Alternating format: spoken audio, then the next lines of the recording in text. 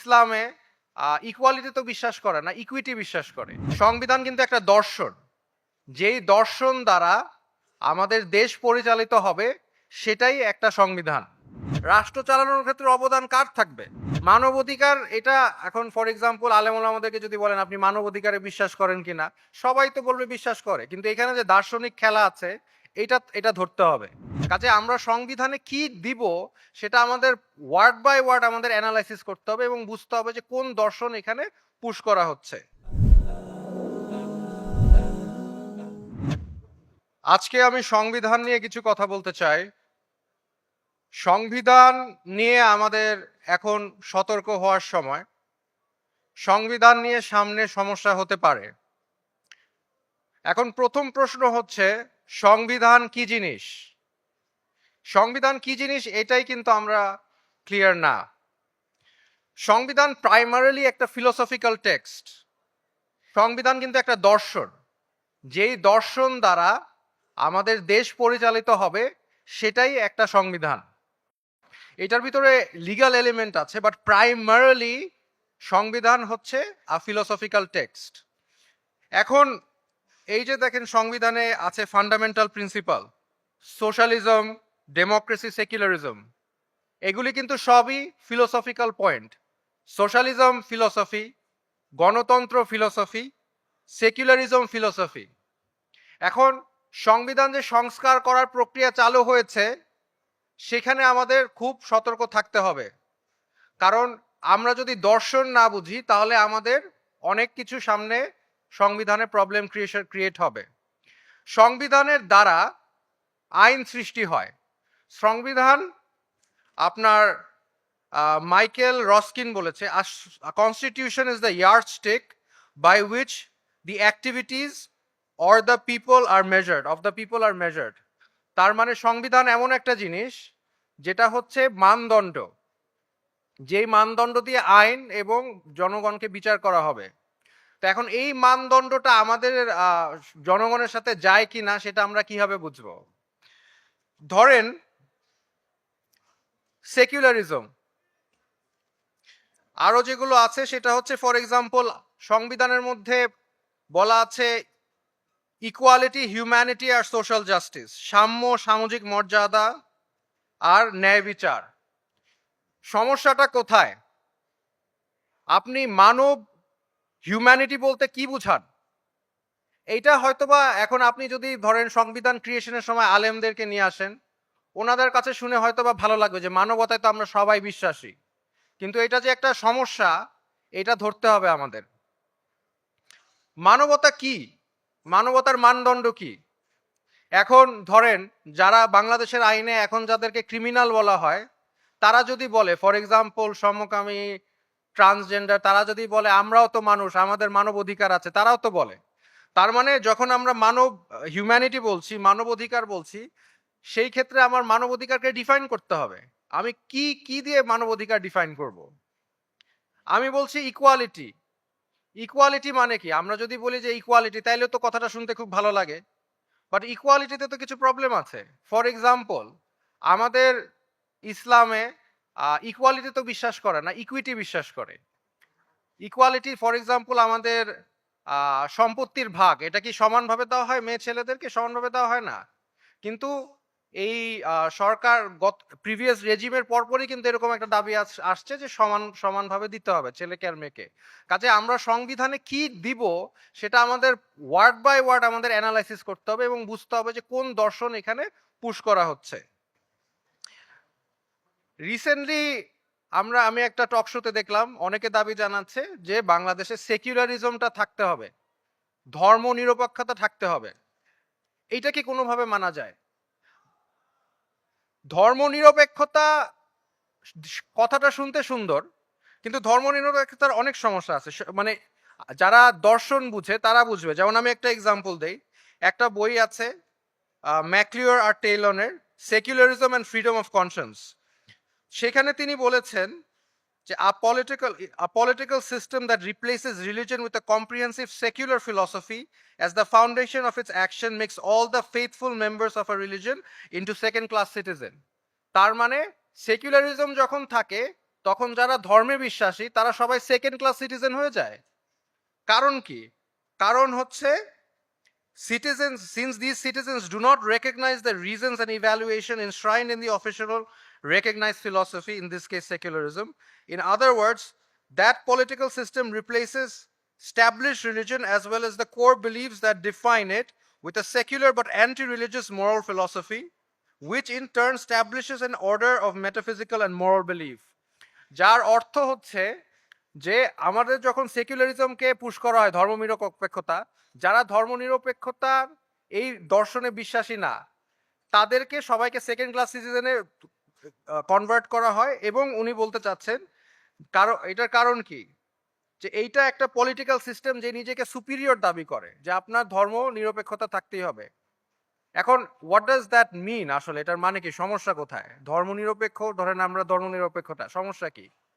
সমস্যা হচ্ছে আপনি সেকুলারিজম বলতেছে রাষ্ট্র চালানোর ক্ষেত্রে ধর্মের কোনো অবদান থাকতে পারে না। তাহলে প্রথম প্রশ্ন, রাষ্ট্র চালানোর ক্ষেত্রে অবদান কার থাকবে? রাষ্ট্র চালানোর ক্ষেত্রে যদি ধর্ম না থাকে বা ধর্মের সাথে রাষ্ট্র সম্পর্ক না থাকলে তাহলে রাষ্ট্রর যে আইডিয়া বা দর্শন সেটা কোন দর্শন? সেকুলাররা বলবে সেকুলার দর্শন। তার মানে কি? তারা তাদের আইডিওলজি, তাদের ভ্যালিউজ সেটা আমাদের উপর চাপিয়ে দিবে, চাপিয়ে দিয়ে আমাদের সবাইকে সেকেন্ড ক্লাস নাগরিক হিসাবে আমাদেরকে রাখবে। এবং আমরা দেখেছি যে গত রেজিমে আমরা কিন্তু সেকেন্ড ক্লাস নাগরিক হিসাবেই ছিলাম, আমি ছিলাম, আপনারাও ছিলেন। এই সেকুলারিজম যদি আবার পুশ করা হয়, আবার সংবিধানে দেওয়া হয় ধর্মনিরপেক্ষতার নামে, আমরা আবার সেকেন্ড ক্লাস নাগরিক হয়ে যাব। তো এই জন্য আমাদের এই সেকুলারিজম, এই একটা ফিলোসফি, এটা থাকতে পারে না। But at the same time আমরা বলতে চাই যে এই শুধু সেকুলারিজমই তো প্রবলেম না। আচ্ছা, আমার ধর্মে ধরেন কিছু আইন কানুন আছে, আমাদের ধর্মে কিছু ভ্যালিউজ আছে, কিছু বাধা নিষেধ আছে। যদি আমার রাষ্ট্রের সংবিধানে যদি সেই বাধা নিষেধ বা ধর্মের রিফ্লেকশনটা না থাকে, তাহলে কি আমি ধর্ম ডিনাই করছি না? তার মানে কি আল্লাহ সুবহানাহু ওয়া তাআলা, যেটা অনেকে বলছে, আমি সেটা পরে বলছি, আল্লাহ সুবহানাহু ওয়া তাআলা যখন আমাদেরকে নামাজ পড়তে বলেন উনি ঠিক বলেছেন, আল্লাহ সুবহানাহু ওয়া তাআলা রোজা রাখতে বলে ঠিক বলেছেন, কিন্তু রাষ্ট্রের কিছু কথা সেগুলো কি উনি ভুল বলতে পারেন? তাহলে আমরা সেকুলার হচ্ছি কিভাবে? আমরা সেকুলার হব কিভাবে? এটা কি পসিবল? কিন্তু আমাদেরকে যদি এই ধরনের সংবিধান দেওয়া হয় যেখানে সেকুলারিজম পুশ করা হয়, সেখানে আমাদের সতর্ক থাকতে হবে, কারণ আমরা কোনোভাবেই সেকুলারিজম মানতে পারি না। আর আমাদের বলা হচ্ছে রাষ্ট্র ধর্ম ইসলাম, কিন্তু ফান্ডামেন্টাল স্টেট পলিসির মধ্যে আমাদের ইসলাম আসতেই হবে। সেকুলারিজম বাদ দিতে হবে আর ইসলাম আনতে হবে, কারণ আমাদের দেশে এমন কোনো পলিসি সংবিধানে থাকতে পারে না যেই পলিসির দ্বারা ইসলাম বিরোধী হয়। সেটা ইনশিওর করতে হলে ফান্ডামেন্টাল স্টেট পলিসির মধ্যে ইসলাম থাকতেই হবে। আমাদের সংবিধানে আছে যে আমরা ন্যাশনালিজম, সোশ্যালিজম, ডেমোক্রেসি বিশ্বাস করি, আমরা হিউম্যান রাইটস বিশ্বাস করি। তো এইগুলো ফান্ডামেন্টাল প্রিন্সিপাল, এগুলো আছে। তো এখন হিউম্যান রাইটস, মানব অধিকার কি আসো? এখন এখন আপনি যদি এখন সংবিধান, এই যে এখন যে সংস্কার করা হচ্ছে, সেখানে যদি আপনি মানব অধিকার বলেন, এইটা শুনতে খুবই ভালো, খুবই মিষ্টি, কিন্তু মানবাধিকার এটা এখন ফর এক্সাম্পল আলেম ওলামাদেরকে যদি বলেন আপনি মানবাধিকারে বিশ্বাস করেন কিনা, সবাই তো বলবে বিশ্বাস করে, কিন্তু এখানে যে দার্শনিক খেলা আছে এটা ধরতে হবে। সেটা হচ্ছে মানবাধিকার বলতে তারা কিন্তু আমাদের আন্ডারস্ট্যান্ডিং অফ মানবাধিকারে বলে না। তাদের মানবাধিকার হচ্ছে দ্বিতীয় বিশ্বযুদ্ধ জয় করার পরে ইউটিলিটেরিয়ান বা পশ্চিমা যে দর্শনগুলো আছে সেগুলি কিন্তু সাদা কিছু মানুষ এগুলো মানবাধিকার হিসাবে লিখে দিচ্ছে। সেখানে যারা বাঙালি, নিজেদের বাঙালি বলেন এবং মানবাধিকারে বিশ্বাস করেন, তাদের কাছে আমাদের প্রশ্ন করা উচিত যে আপনি বাঙালি হয়েছেন, কিন্তু আপনার যখন universal declaration of human rights যখন পশ্চিমারা লিখেছেন, তখন ওখানে কয়জন বাঙালি ছিল, কয়জন ফিলিপিনো ছিল, কয়জন চাইনিজ ছিল? আলটিমেটলি মানবাধিকার বলতে সাদাদের দাসত্বেও বা আমরা যে কলোনিয়াল আমাদের ইতিহাস আছে সেই কলোনিয়ালিজমই আমাদের প্রতি চাপিয়ে দেওয়া হচ্ছে। এই কলোনিয়ালিজম থেকে বের হওয়ার একটা উপায় হচ্ছে আমাদের স্টেট পলিসির মধ্যে ইসলাম থাকতে হবে। যদি নতুন কোনো সংবিধানে at the bear minimum state পলিসির মধ্যে ইসলাম না থাকে, সেই সংবিধান আমাদের মানার কোনো উপায় আমি মনে করি নাই। এবং যদি করা হয় আমাদের এটার বিষয়ে ভয়েস রেজ করা উচিত। এখানে অনেকজন বলছে, কিছু মানুষ বলছে যে হিন্দু জাতীয়তাবাদ ফ্যাসিস্ট, আপনি এখানে যদি ইসলাম জাতীয়তাবাদ ধরেন তাহলে সেটাও নাকি ফ্যাসিস্ট। এটা কিভাবে ফ্যাসিস্ট হয়? এখানে বিষয়টা হচ্ছে ফ্যাসিজম কি সেটাই আসলে মানুষ জানে না। ফ্যাসিজম তো একটা ইটালিয়ান দর্শন। সেটা এখন আপনি শেখ হাসিনার উপর চাপিয়ে চাপিয়ে দিচ্ছেন। কিন্তু শেখ হাসিনা স্বৈরাচার ছিল। ফ্যাসিস্ট ছিল কিনা সেটা এটা ডিবেটেবল। ফ্যাসিস্ট প্রবাবলি ছিল না। সে নিজেকে ফ্যাসিস্ট দাবি করে নাই। কিন্তু সে নিজেকে কি দাবি করেছে? সে নিজেকে সেকুলার দাবি করেছে। সে সেকুলার সে সেকুলার এবং সেকুলারিজম ব্যবহার করে আমাদেরকে নিপীড়ন এবং নির্যাতন করেছে। তো এখন যারা বলছেন যে ইসলাম জাতীয়তাবাদ যদি ফ্যাসিস্ট হয়ে থাকে, আমি তাদের কাছে প্রশ্ন করতে চাই যে আপনি ৯৫% মুসলমান বা ৯০% মুসলমানের দেশে যদি আপনি সেকুলারিজম আমাদের ৯০%-এর উপর চাপায় দেন, তাহলে আপনি কি ফ্যাসিস্ট না? আপনি তো সবচেয়ে বড় ফ্যাসিস্ট। কারণ আপনি আমাদের উপর আপনাদের দর্শন চাপিয়ে দিচ্ছেন। আমরা কিভাবে আমরা আমাদের লাইফ কিভাবে লিড করব সেটা তো মানে কমপ্লিটলি ডিটারমাইন করবে আমাদের উপর ইন আ ডেমোক্রেটিক কান্ট্রি। আপনি ডেমোক্রেসি বিশ্বাস করেন কি না করেন, এখন হচ্ছে আমাদের দেশের রাষ্ট্র ব্যবস্থা বা পলিটিক্যাল ফিলোসফি হচ্ছে ডেমোক্রেসি। এবং গণতন্ত্র বলে যে জনগণই ডিসিশন নিবে কোন দর্শন দ্বারা দেশ পরিচালিত হবে। তার মানে জনগণ ডিসিশন নিবে সংবিধান কি হবে। এখন সংবিধান সংস্কারের ক্ষেত্রে যদি জনগণের মত না নেন, তাহলে সেই সংবিধান কিভাবে গ্রহণযোগ্য? ফার্দার মোর, আপনারা একদিকে বলছেন আপনি গণতন্ত্রে বিশ্বাস করেন, জনগণের জনগণের যে ফিলসফি সেটাকে আপনি প্রাধান্য দিবেন, জনগণের চাহিদাকে প্রাধান্য দিবেন। অন্যদিকে বলছেন আপনারা নিজেরাই সংবিধান ক্রিয়েট করবেন সবার মত নিয়ে। সবার মত দেওয়ার তো প্রসেসটাই বাংলাদেশের সিস্টেম অনুযায়ী ডেমোক্রেসি। তো আমি যদি আমার ডেমোক্রেটিক রিপ্রেজেন্টেটিভ দ্বারা সংবিধান চেঞ্জ না করতে পারি, আমার ওপিনিয়ন না দিতে পারি, তাহলে আপনি সংবিধানটা কিসের ভিত্তিতে কার সাথে কনসাল্ট করে দিচ্ছেন? আপনি বলতে পারেন আমি ৫ জন বিভিন্ন দলের থেকে মানুষ নিচ্ছি, আমি বিভিন্ন আলেম ওলামাদের সাথে কথা বলছি। বাট আপনি যেসব দলের নিচ্ছেন সেই দলের আদর্শ কি আমরা জনগণ চাই কি চাই না সেটা তো আমাদের বুঝতে হবে। আপনি যদি সেটাকে না মানে প্রাধান্য দেন, তাহলে আপনি কিভাবে নিজেকে গণতন্ত্রের সিম্বল হিসাবে ধরছেন?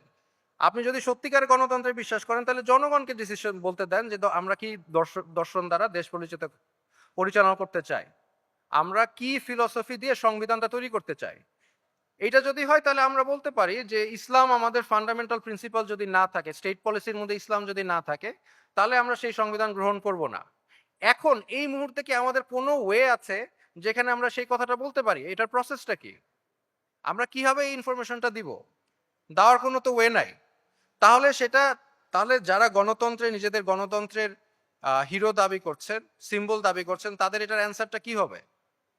কনস্টিটিউশন এমন একটা জিনিস যেটা সিস্টেম্যাটিক্যালি পরিবর্তন করাটা কঠিন করে দেওয়া হয়েছে। কেননা সংবিধানের দ্বারাই হচ্ছে আইন পরিচালিত করা হবে, যে সংবিধানের উপর ভিত্তি করে আইন তৈরি হবে। তো একদিকে তো আমাদের সংবিধান কি হবে সেটা নিয়ে আমাদের স্ট্রিক্টলি আমাদের কনসার্ন থাকতে হবে। আরেকদিকে হচ্ছে সংবিধান কিন্তু একবার যদি লেখা হয়ে যায় তাহলে সেটা চেঞ্জ করা কঠিন। বাংলাদেশের যে ৩০০ আসন আছে তার মধ্যে কিন্তু আসলে ৩৫০ আসন আছে। ৫০টা হচ্ছে মেয়েদের জন্য সিলেক্টেড সিট। তো কাজে যে ক্ষমতায় আসে সে ওই ৫০টা সিটের বেশিরভাগ পেয়ে তার কনস্টিটিউশন যেভাবে ইচ্ছে সেভাবে চেঞ্জ করতে পারে। এগুলো একটা প্রবলেম যেগুলো আমরা সামনে সমস্যার সমাধান করতে পারি। কিন্তু আপাতত আমাদের মূল কনসার্ন হচ্ছে, যেটা নিয়ে আমি আমার বক্তব্য শেষ করতে চাচ্ছি, যে আমাদের মূল কনসার্ন হচ্ছে সংবিধানের মধ্যে যদি ইসলাম স্টেট পলিসিতে না থাকে, তাহলে আমরা সেই সংবিধান গ্রহণ করা আমাদের পক্ষে পসিবল না।